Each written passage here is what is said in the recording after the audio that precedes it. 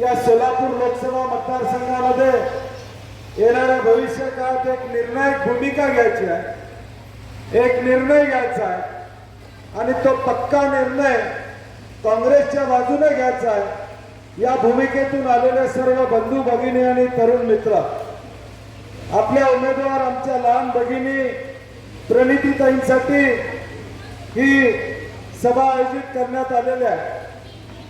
वातावरण देखील त्या पद्धतीचं आहे। सोलापूरमधून अनेक लोक कोल्हापूरला येतात आणि येणारा प्रत्येक जण सांगतो की साहेब सोलापूरकरांनी ठरवलेलं आहे याने प्रणितीताई खासदार होणार म्हणजे होणार। आणि एकदा सोलापूरकरांनी ठरवलं असेल तर मला काय अडचण वाटत नाही। आता कुणीतरी मला व्हिडिओ दाखवला विरोधी उमेदवाराचा, उमेदवार बसते 6 खुर्च्या आहेत, पुढे 9.5 खुर्च्या आहेत, जवळ 6 खुर्च्या आहेत, पुढे 9.5 खुर्च्या आहेत, माणसं नाहीत अशी उमेदवाराची विरोधी पक्षाच्या परिस्थिती त्या ठिकाणी। आणि ज्या कर्तृत्वान भगिनीनं आमदार म्हणून या सोलापूरमध्ये चांगल्या पद्धतीचं नाव केलं, चांगल्या पद्धतीनं काम केलं, त्याच भगिनीला आज मुंबईतून दिल्लीत पाठवायची संधी आपल्याला त्या ठिकाणी आलेली आहे। आदरणीय सुशीलकुमार शिंदे साहेबांचा कर्तृत्वाचा वारसा प्रणितीताई पुढे घेऊन जात असताना या सोलापुरातल्या सामान्य माणसाला आधार देण्याचं काम त्या करतात। आमची लहान बहीण म्हणून आम्ही असो इथं आज आलेलो आहोत आणि आम्हाला अतिशय आनंद आहे की या भगिनीने आज निर्णय घेतला की फक्त सोलापूर विधानसभा नाही तर अख्ख्या सोलापूर लोकसभेमध्ये लोकांचे प्रश्न सोडवायचे आहेत, लोकांच्या अडचणीला साथ घालायची आहे, मदत करायची आहे आणि म्हणून दिल्लीच्या माध्यमातून तुम्हा लोकांना न्याय देण्यासाठी तुमचा भेटणारा खासदार आता तुम्हाला मिळणार आहे। मागची 5 वर्ष खासदार भेटले का नाही मला माहित नाही, 10 वर्ष नाही, कुठं जाहिरात दिली नाही, सर्व पेपरला हरवले बक्षीस काय, म्हणजे 10 वर्ष जे खासदार म्हणून इथं मतं घेऊन गेले ते आपल्याला साधे भेटले सुद्धा नाही। आज तुमच्या घरातली मुलगी, तुमची बहीण या नात्यानं प्रणिती तुमच्या पुढे आलेली आहे। आता तुमची जबाबदारी आहे, सोलापूरकरांची जबाबदारी आहे, हा सोलापूर जिल्हा कुठल्या बाजूला जातो हा निर्णय येणाऱ्या 7 तारखेला आपल्याला त्या ठिकाणी घ्यावा लागेल। अनेक अडचणीचा उहापोह प्रणितीताईंनी केलेला आहे आणि आम्हाला विश्वास आहे, आम्ही मंत्री म्हणून आम्ही काम केलं।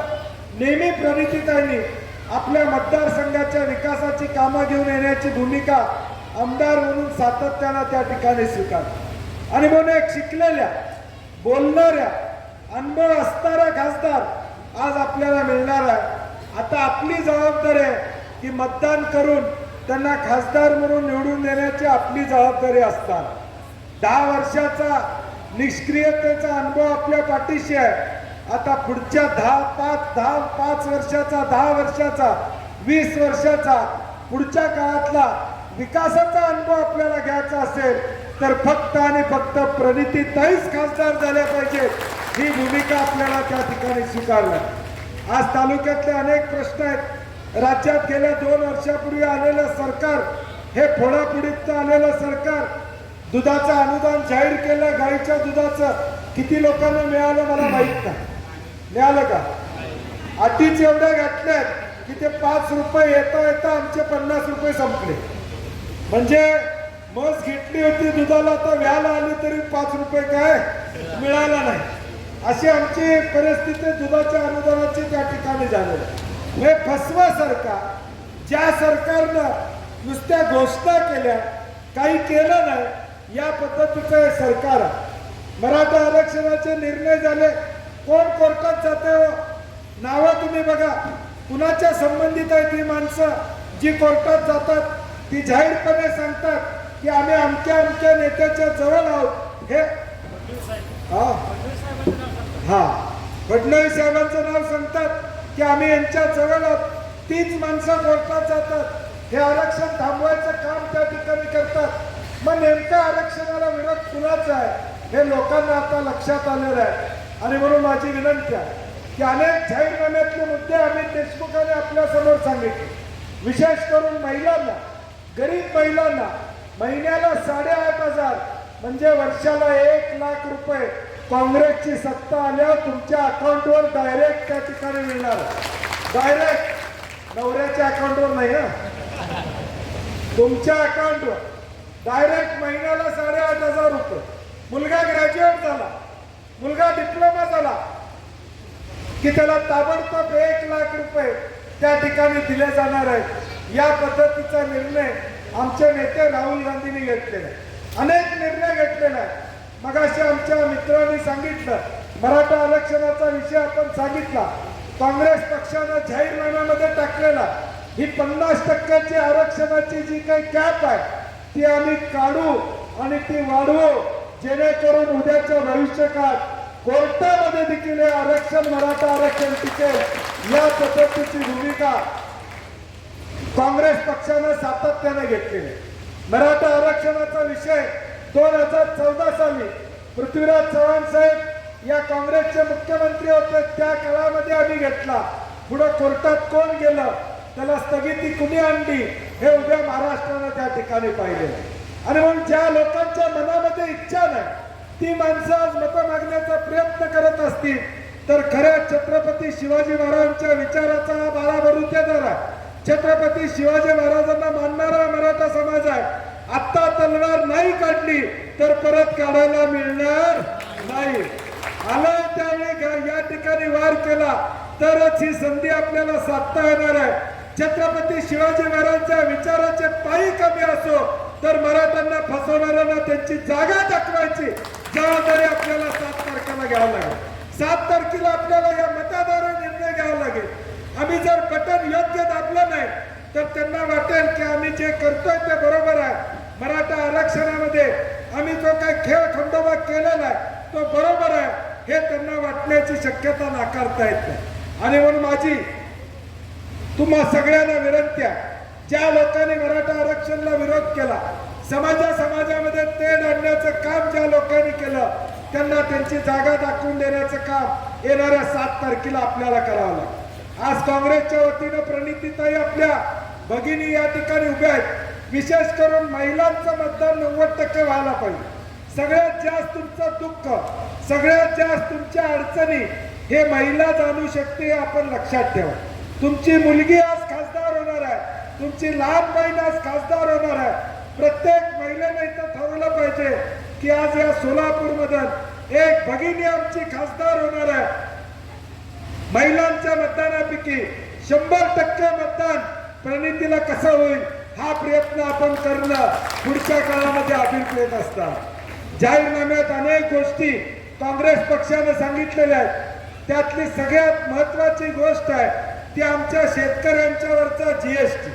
शेती अवजारावर 12 ते 18% जीएसटी आहे. ट्रॅक्टर घेतला की 1,00,000 रुपये जीएसटी भरायला लागतो. काँग्रेस पक्षाने जाहीर केलेला आहे की या शेती अवजारावरचा जीएसटी आम्ही रद्द करणार. ही भूमिका काँग्रेस पक्षाने घेतली. MSP प्रमाणे भाव द्यायची भूमिका काँग्रेस पक्षाने स्वीकारलेली आहे. हे सगळं जर आमच्या पदरात पाडून घ्यायचं असेल, आलेलं जेवणाचं ताट आम्हाला जेवायचं असेल तर योग्य निर्णय घेणं ही आमची जबाबदारी या ठिकाणी असणार आहे. आणि मला खात्री आहे की येणाऱ्या 7 तारखेला आपण दुसरा कुठलाही विचार करणार नाही. कोण काय म्हणतंय याचा विचार न करता आपल्याला काँग्रेस पक्ष, शिवसेना, राष्ट्रवादी, महाविकास आघाडी म्हणून, इंडिया आघाडी म्हणून प्रणितीताईंना आपण खासदार करा. तुमचं कुठलंही काम त्या मागे ठेवणार नाही हा विश्वास मी आणि अमित देशमुख देतो आणि आपल्याला मनापासून शुभेच्छा देतो. जय हिंद, जय महाराष्ट्र. उपस्थित असलेले माझे स्नेही महाराष्ट्र विधान परिषदेचे काँग्रेस पक्षाचे नेते,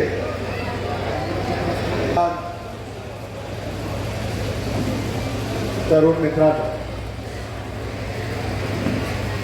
भारतामध्ये सार्वत्रिक निवडणुका होऊ घातलेल्या आहेत.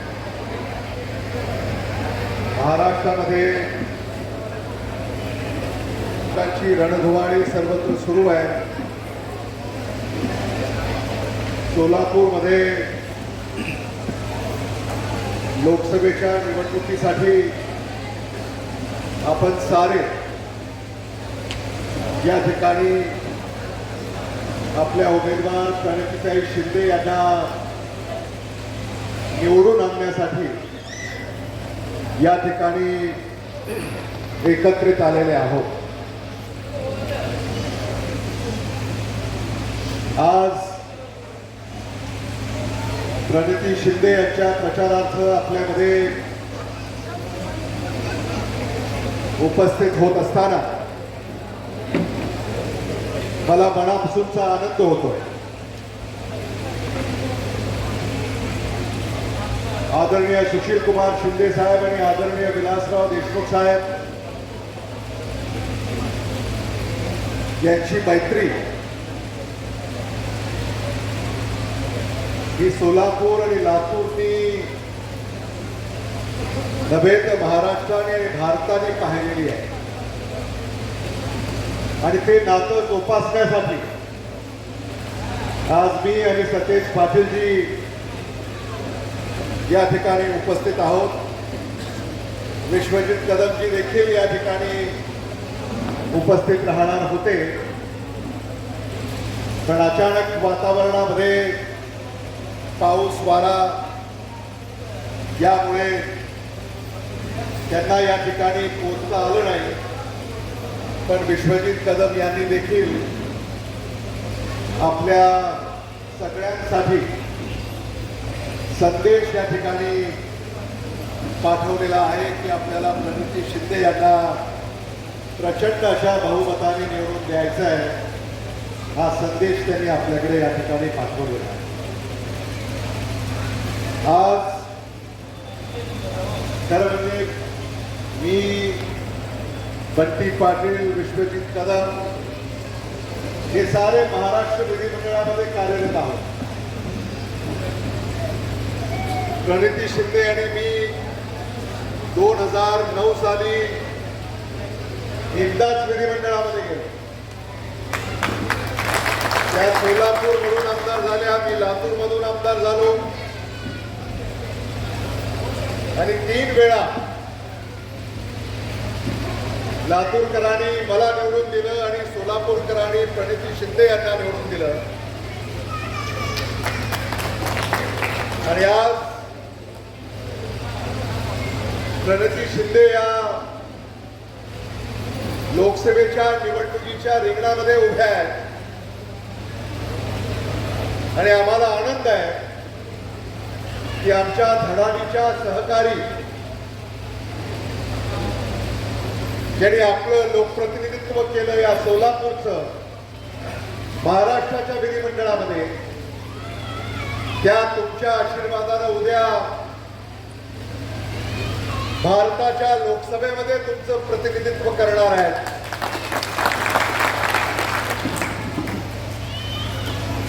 याचा मला आणि सतेज पाटलांना मनस्वी आनंद आहे. खरं म्हणजे सतेज पाटील प्रणिती शिंदे आपल्या अगोदरच दिल्लीला चालल्या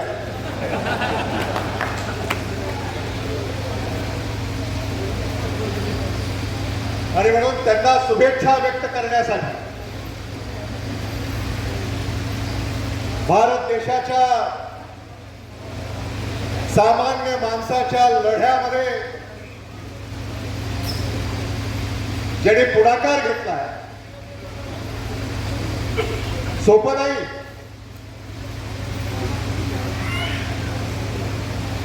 या बलाढ्य शक्तीच्या विरोधामध्ये लढणं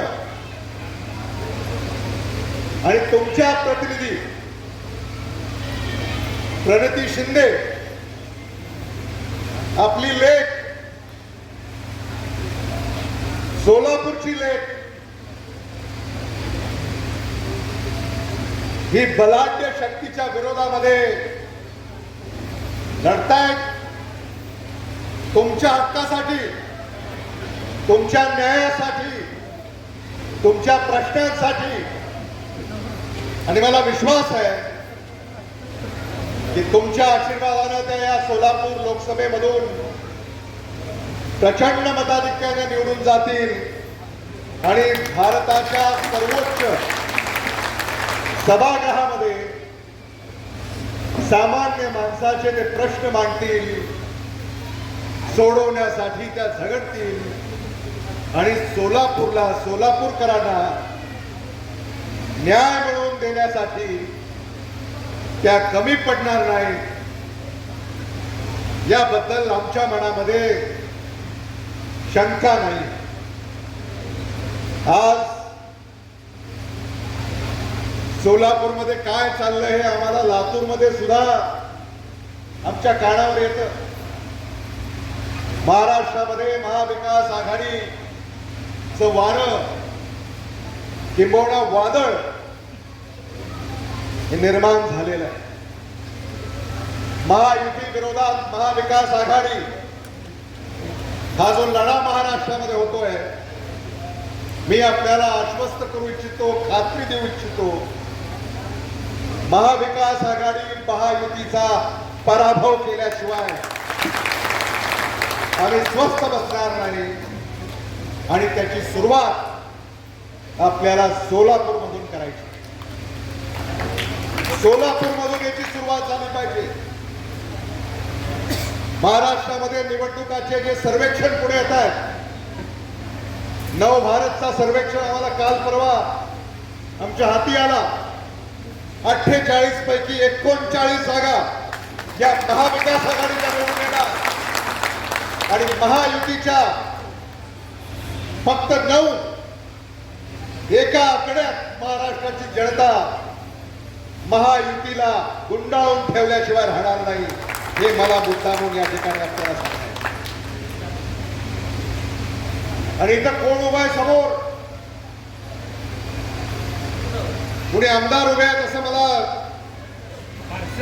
सांगितलं आणि ते इथले नाही आहेत.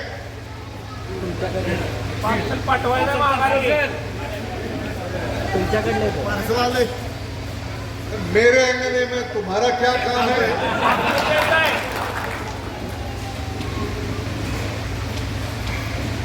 बीडचं पार्सल आलेलं आहे सोलापूरच्या पत्त्यावर. त्यामुळे आता सोलापूरकरांनी सांगितलं पाहिजे की हे इथं यांचा रहिवास नाही, आपला पत्ता चुकलेला आहे आणि हे पार्सल सोलापूरमध्ये कुणीही स्वीकारायला तयार नाही. त्यामुळे याला परत पाठवण्यात यावं. हा निर्णय तुमच्यापैकी प्रत्येकानं घेतलेला आहे, याबद्दल मी तुमचं अभिनंदन करतो. राहुल गांधी यांच्या पाठीशी आपल्याला खंबीरपणे उभं राहायचं आहे. काँग्रेस गॅरंटी कार्ड हे राहुल गांधींनी आपल्या पुढं मांडलेलं आहे, पुढं ठेवलेलं आहे. या काँग्रेस गॅरंटी कार्डला मतदान करायचं आहे आपल्याला. हे वाचलंय का नाही तुम्ही मला माहिती नाही. आमच्या महाविकास आघाडीच्या आणि विशेषतः काँग्रेसच्या जिल्हाध्यक्षांना आणि पदाधिकाऱ्यांना माझी अशी विनंती आहे की सोलापूर लोकसभेच्या मतदारसंघातील प्रत्येक घरामध्ये हे काँग्रेस गॅरंटी कार्ड आपण पोहोचवलं पाहिजे. सामान्य मतदाराला हे लक्षात आलं पाहिजे की राहुल गांधी यांनी आपल्याला काय गॅरंटी दिलेली आहे. पहिली गॅरंटी युवा न्याय, ₹1,00,000 विद्या वेतन, प्रत्येक सुशिक्षित तरुणाची पहिली नोकरी पक्की, ही गॅरंटी काँग्रेसने आपल्याला दिलेली आहे. नारी न्याय, ₹1,00,000 दरवर्षी प्रत्येक गरीब कुटुंबातील महिलेला त्यांच्या बँकेच्या खात्यामध्ये थेट ट्रान्सफर करण्याची गॅरंटी ही राहुल गांधी यांनी दिलेली आहे. शेतकरी न्याय, कर्जमाफी आणि स्वामीनाथन आयोगानुसार शेतीमालाला हमी भाव याची कायदेशीर गॅरंटी ही राहुल गांधींनी आपल्याला दिलेली आहे. आणि श्रमिक न्याय, आपल्याला आता मजुरी 275 रुपये प्रति दिवस मिळते आणि ती तुटपुंजी आहे. हे जेव्हा लक्षात आलं तेव्हा श्रमिक न्याय रुपये 400 दर दिवशी, मनरेगाची ही किमान मजुरी, ही गॅरंटी काँग्रेस पक्षानं दिलेली आहे. आणि समानतेसाठी जनगणना, जिसकी जितनी संख्या भारी, ऐकलं की नाही, जिसकी जितनी संख्या भारी उसकी उतनी हिस्सेदारी. सामाजिक व आर्थिक समानतेसाठी हिस्सेदारी, न्याय, अशी अनेक कलमं काँग्रेस पक्षानं त्यांच्या जाहीरनाम्यामध्ये नमूद केलेली आहे. आणि म्हणून काँग्रेसने जी गॅरंटी दिली आहे, भारतामध्ये इंडिया अलायन्स सरकार आल्यानंतर पहिल्या मंत्रिमंडळाच्या बैठकीमध्ये हे सगळे निर्णय होणार. आणि जसं कर्नाटकामध्ये, तेलंगणामध्ये, आणि कर्नाटक आणि तेलंगणाबद्दल मी तुम्हाला सांगायची गरज नाही. कर्नाटकातले, तेलंगणातले इथं अनेक रहिवासी सोलापूरमध्ये आहेत. ते तुम्हाला सांगतील की कर्नाटक आणि तेलंगणामध्ये काँग्रेसची गॅरंटी लागू झालेली आहे. आणि हीच गॅरंटी भारत देशामध्ये लागू करण्यासाठी आपल्याला प्रणिती शिंदे यांना प्रचंड बहुमतानं निवडून द्यायचं आहे. हे मला आपल्याला इथं सांगावं. आज हा लढा अतिशय महत्वाचा आहे. भारत सरकारनं गेल्या 10 वर्षामध्ये काहीही केलेलं नाही. शेतीमालाला भाव दिला नाही, 2 कोटी नोकऱ्या दिल्या नाहीत, 15 लाख रुपये बँकेच्या खात्यामध्ये दिले नाहीत, महिला सुरक्षित नाहीत, महागाई वाढलेली आहे, कायदा आणि सुव्यवस्था ही बिघडलेली आहे. महाराष्ट्रामध्ये तर फक्त फोडाफोडी.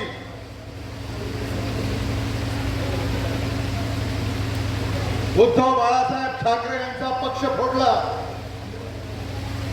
शरद पवारांचं घर फोडलं. फोडाफोडीच्या या राजकारणाला महाराष्ट्राचा मतदार कधीही माफ करणार नाही. हे देखील मला आपल्याला या निमित्तानं सांगायचं.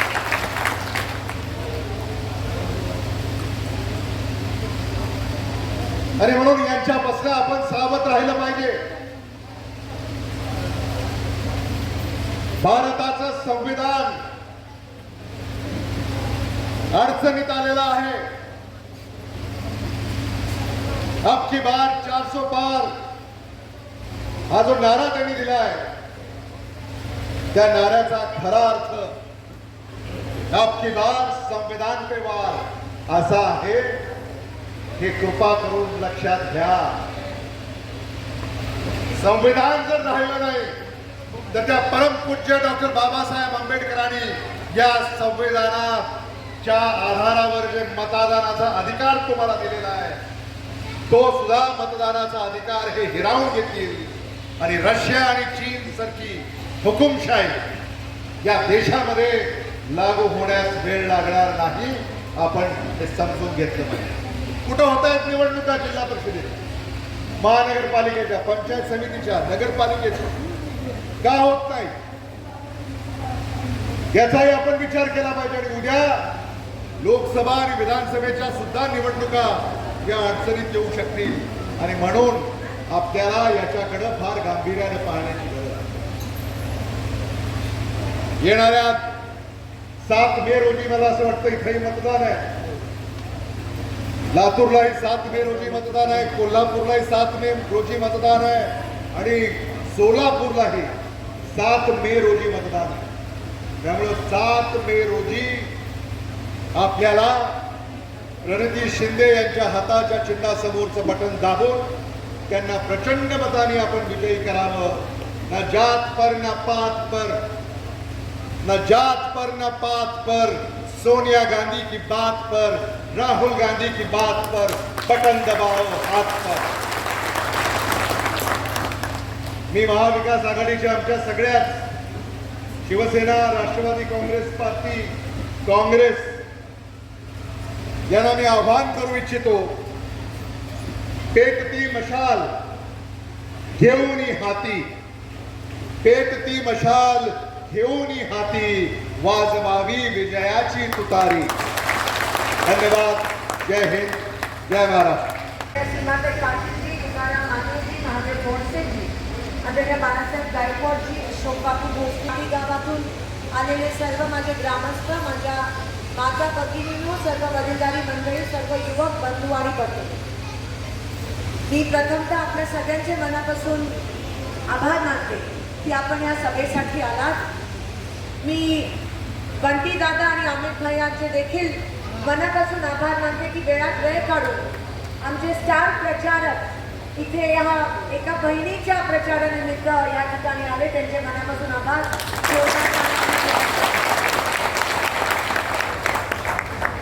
आज कामतीमध्ये, मोहोळमध्ये आपण ही सभा घेत आहोत. तुम्हाला माहिती आहे की काही दिवसात, अवघ्या 18 दिवसात निवडणुका आहेत आणि ही कदाचित आपल्या आयुष्यातली सर्वात महत्त्वाची निवडणूक असण्याची शक्यता आहे. काही जणांनी तुम्ही आमच्यापेक्षा जास्त पौर्णिमे आणि अमावस्ये बघितले, पण एवढे वाईट दिवस आपल्या देशावर ह्या आधी कधीच आले नव्हते. ज्या मागच्या 10 वर्षात ज्यांना तुम्ही विश्वासाने मतदान केलं, आज नेमकं त्याच पक्षाने तुमचा विश्वासघात केला. 15 लाखाचं आमिष, 15 लाखाचं पहिलं खोटं तुम्हाला सांगण्यात आलं. आज 10 वर्ष लागले आपल्याला समजायला की ते खोटं होतं. त्या एका आमिषावर तुम्ही त्यांना मतदान केलं 2014 मध्ये. 15 लाख कोणाच्याही खात्यात जमा झाले नाही. 2019 आलं, तुम्ही किती मोठ्या मानाचे की तुम्ही वाट बघितली आणि तुम्हाला वाटलं की चला त्यांना अजून 5 वर्ष देऊयात आणि तुम्ही 2019 मध्ये पण त्यांना मतदान केलं. आज 2024 परत ते तुमच्या समोर आले खोटं घेऊन. पण या 10 वर्षात ज्यांच्या जीवावर त्यांनी ते सत्तेत आले, ज्यांच्या जीवावर त्यांनी सत्तेची मजा घेतली, आज नेमकं त्याच लोकांकडे या सरकारने पाठ फिरवली आहे. आपण म्हणतो सरकार मायबाप आहे, पण जेव्हा या देशाचा, या सोलापूरचा शेतकरी अडचणीत आहे, तेव्हा हे सरकार मायबाप कुठे? हे सरकार फक्त अदानी अंबानीचं मायबाप आहे. हे गोरगरीब शेतकऱ्यांचं मायबाप नाही आहे हे सरकार. आज दुष्काळात 13वा महिना. आज मोहोळच्या अनेक गावात टँकर आहे. टँकर अभावी काही ठिकाणी फक्त 5-5 दिवसाचं पाणी आहे. मंगळवेढा असेल, मोहोळ असेल, अक्कलकोट असेल, पंढरपूर असेल, त्यामध्ये महागाई 300 रुपयाचं सिलेंडर 1300 रुपये झालं. त्या उपर जीएसटीचं राक्षस तुमच्या उरावर बसलंय. त्या खताचं पोतं पण या लोकांनी सोडलं नाही. त्याच्यावर पण 18% जीएसटी, म्हणजे 1 लाख रुपयाचं जर खत घेतलं तर 18,000 रुपये तुम्हाला जीएसटी त्या ठिकाणी भरावी लागते. मित्रांसोबत हॉटेलमध्ये गेलात तर तिथे पण बिस्किटाच्या पुड्यावर जीएसटी. या लोकांनी काही सोडलं नाहीये. आमच्या माता भगिनी रेशन दुकानात गेल्या, रेशन दुकानात धान्य मिळत नाही. रॉकेल, बीजेपी आल्यापासून रॉकेल बंद केलं. आपण चालू केलेलं केसरी कार्ड, त्या केसरी कार्डावर आपल्या काळात काँग्रेसच्या वेळेस शिक्का देऊन आपण शिधा द्यायचो. आता ते पण बंद झालं, ते शिक्का पण मिळत नाही. आणि ह्या लोकांनी काही सोडलं नाही. त्या खताच्या पोटावर पण त्यांचा फोटो, त्या शिधाच्या पाकिटावर पण त्यांचा फोटो, पेट्रोल पंपला पेट्रोल भरायला गेलं तर त्यांचा फोटो. आता काही लोकांनी सांगितलं की आम्हाला आता किळस आली. एवढं खोटं बोलणारे लोक एवढे अहंकारी असतात आणि ह्याचाच कुठेतरी लोकांना हे खटकत आहे. मागच्या 2 वेळेस तुम्ही सोलापूरला जे खासदार दिले, तुम्ही त्यांना ओळखत पण नव्हता. कोऱ्या पाट्या, त्यांचं काम पण नव्हतं, अनुभव पण नव्हता, तरी तुम्ही मोठ्या मनाने त्यांना मतदान केलं. पण त्यांनी सोलापूरचं वाटोळं केलं. मागच्या 10 वर्षात सोलापुरात एक विमान सेवा साधी सुरू करू शकले नाही. ती चिमणी पाडली जसं काय यांचं विमान आकाशात होतं, तरंगत होतं लँडिंग आणि टेक ऑफसाठी. आज 6-7 महिने झाले आपल्याला विमान सेवा त्या ठिकाणी मिळाली नाही. 7 महिने झाले. मी चॅलेंज दिलेला, विमान सेवा सुरू करायला किती वेळ लागतो? एक फोन लागतो फक्त, पैसे लागत नाही. तरी त्यांनी त्यांची क्षमताच नाहीये ना, त्यांच्यामध्ये एवढी क्षमता नाहीये, इच्छाशक्ती नाहीये. दोन्ही खासदारांनी सत्तेची मजा घेतली. अहो, सत्ताधारी पक्षाचे खासदार होणं काही सोपी गोष्ट नाहीये, छोटी गोष्ट नाहीये.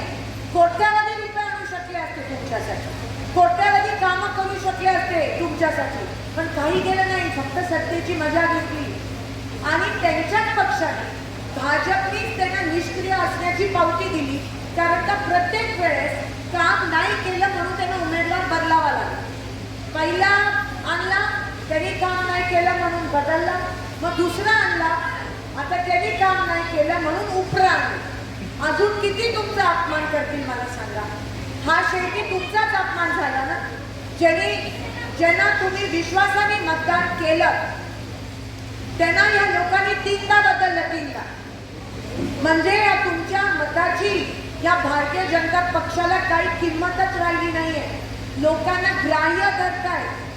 लोकसभेची निवडणूक, लोकप्रतिनिधी उभे आहेत, लोकशाही आहे, पण भाजपला या लोकांचीच विसर पडते. अहो, जनता जनार्दन असते, लोकशाही आहे, तुमची हुकुमशाही नाही आहे. आणि भाजपमध्ये सगळे आमदार, सोलापूरमध्ये सगळे आमदार भाजपचे, खासदार भाजपचे.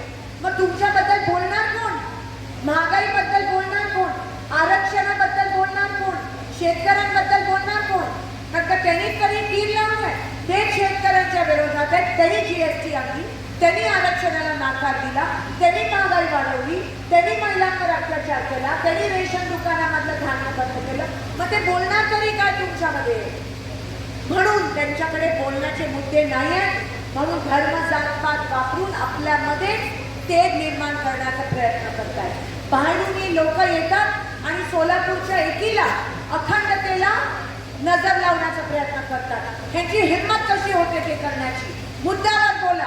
मागच्या 10 वर्षात तुमच्या खासदारांनी तुम्ही सोलापूरसाठी काय केलं त्याच्यावर बोला. पण नाही, त्यांच्याकडे बोलणारच नाहीये, काय बोलण्यासारखंच नाहीये.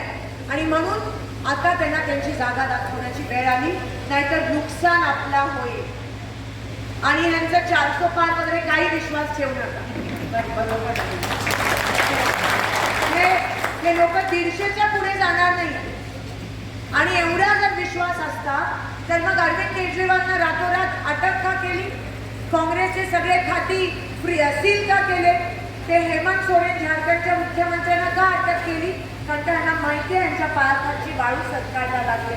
पण ते माइंड गेम करतात तुमच्यासोबत की 400 पार आणि महागाई कमी करू आणि 15 लाख, हे फक्त माइंड गेम आहे. आता पण त्यांचे काही फसवणीस, देवेंद्र फसवणीस काल आलेले. काल मला नवीन नाव दिलं, फोडणवीस. नंतर फक्त फोडाफोडीचं काम करतात.